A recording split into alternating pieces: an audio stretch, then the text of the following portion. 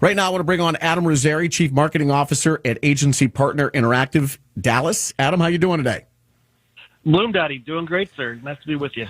Thanks for being on the show. So Facebook, Amazon, Twitter, etc. They're coming under a lot of heat for whether they are censoring stuff and everything else. So, I mean, they're already in the spotlight, but what about how they track people? First of all, talk about how they track individuals, and should they have to reveal how they do this? Absolutely. So the way they track individuals, obviously when you're on their platforms, they store information about you, whether it's who you're interacting with, what you're liking, just kind of the general themes of your content, what sort of links you're sharing, what sort of products and services you've shown a consumer interest in.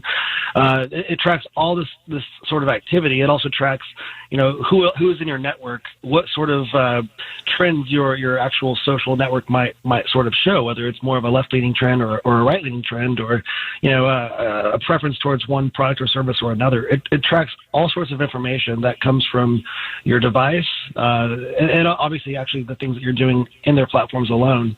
The interesting thing is what they track that's outside of their platforms. They're measuring what you're doing on third-party websites. In some cases, they can actually take your browser history.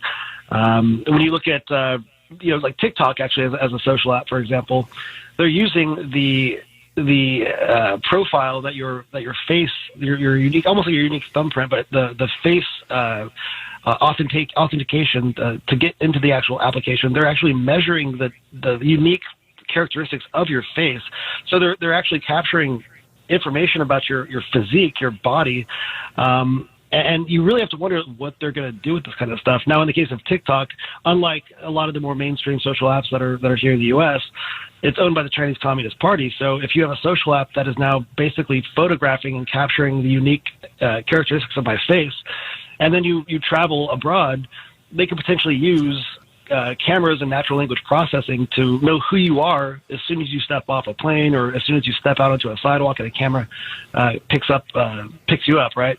So it's really kind of interesting to see how, at its worst, the information that you're sharing with your devices and with these social platforms, and it's at their worst, it's interesting to see how it can be weaponized against you. At their best, though, you get more relevant advertising. You are going to be more likely to see content that you would actually prefer to consume, whether it's videos or images or just conversations in general. So there's a very big disparity between big tech and the data and how that data is used, and sort of the evil side and the good side of it as well. So in other words, if you go to the grocery store and your wife sends you something and says, hey, I need you to pick up this female hygiene product, don't be shocked if all of a sudden you get inundated with female hygiene product ads on your phone, because that has happened to numerous individuals. Yeah. On top of that, you could be having a conversation with your wife around the dinner table or at your mom's house, for example, and you could be talking about baby diapers. I kid you not. Expect to see advertisements for baby diapers in your Instagram feed. The fact is that your devices are being leveraged to record kind of what you're doing, and these social platforms are taking this information through a technology called natural language processing, and they're just kind of creating meanings from what our normal everyday activity is, right? We're just living, right? We're just being us, and everything's being measured, and it's being consumed and utilized, hopefully for a positive end. But at its worst, we've seen with the Cambridge Analytica scandal and obviously revelations from Snowden that this information can be weaponized against us. Well, there's no doubt. I mean, I know somebody very well who works in the intelligence agencies, and they told me, they're like, look, I can jump into your phone anytime I want and watch what you're doing. And I said, come on. And they go, no, seriously. It's not very, creepy very, at all, right? No, not creepy at all. And then, too, I was watching on Netflix, and I can't remember what it was called. I don't know. I think it's called The Social Dilemma. Have you seen it? Yes. Okay, I recommend it to everybody on this show.